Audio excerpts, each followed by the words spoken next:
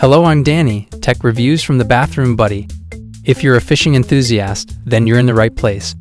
Today, I'm excited to unbox the brand new Saltist MQ 4000 DXH Diawa reel.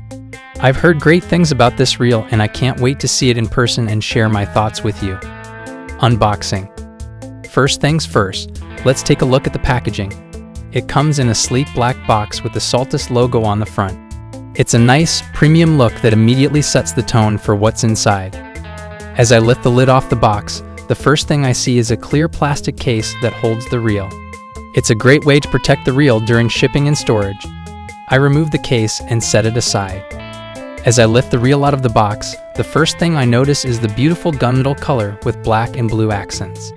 It's a really nice combination that looks modern and stylish. The handle looks comfortable to hold, with Thaw's super big grip to hold, and the spool looks smooth and ready for action. I turn the reel over to get a better look at the features.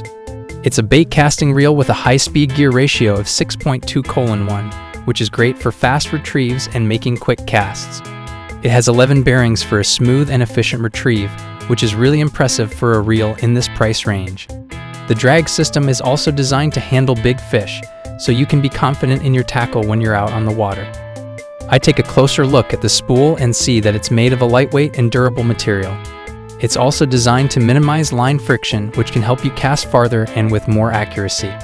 I'm really impressed with the attention to detail that Diawa has put into this reel. I can't wait to give this reel a try on the water. It feels solid and well made, and I have a feeling it's going to perform beautifully. I'm really excited to see what this reel can do in action. Conclusion. Thank you for joining me for this unboxing of the Saltist MQ 4000 DXH Diawa reel.